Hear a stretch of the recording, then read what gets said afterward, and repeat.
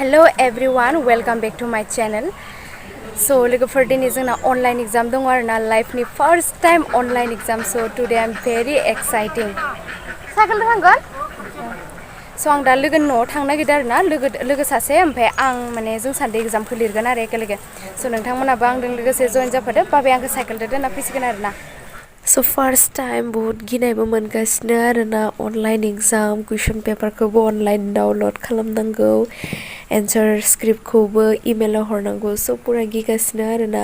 नै जोंना एन्सार script लिरग्रा A4 size पेपारा बेबायदि साइड जों मार्जिन बोना लाखाबाय साबजेक्ट कड रुल नं रेजिस्ट्रेसन नं पेपार कड बेफोरखौ जों अलरेडि लिरना लाखाबाय स' नोंथांमोना नायलांबाय थादो पुरा रेडि जागासिनो आरोना जोङो कुइसन पेपारखौ नेनानै दोनगासिनो आरो धुप गिनाया जों लेपटपाव डाउनलड खालामना लाबाय आरोना स' नायनायाव मोजां जागोन होननानै मबाइलाव बेसेबां नायबाय थानो होननानै खस्थ' जायोना मबाइलाव एसे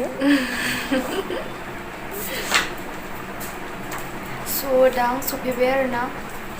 जोंना एग्जामा 1टानिफ्राय जागोन ओमफ्राय कुइसन पेपारखौ आधा घन्टा सिगांनो होयो आरोना ओमफ्राय 12:30 आरो 1 PM निफ्राय 4 PM सिम आरो 4 PM न' ओमफ्राय 4 PM आव जोबगोन आरो ओमफ्राय 1 आवर होयो आरो आपल'ड खालामनो टाइम दादा जेरैखि नै एग्जाम लिरनायनि एक्साइटेडआवनो आरो गिनायबो मोनगासिनोमोन ना बेनिखायनो एग्जाम लिरनाय टाइमाव आं भिडिअखौ शुट खालामनो हायासै एबा भिडिअखौ लानो हायासै आरोना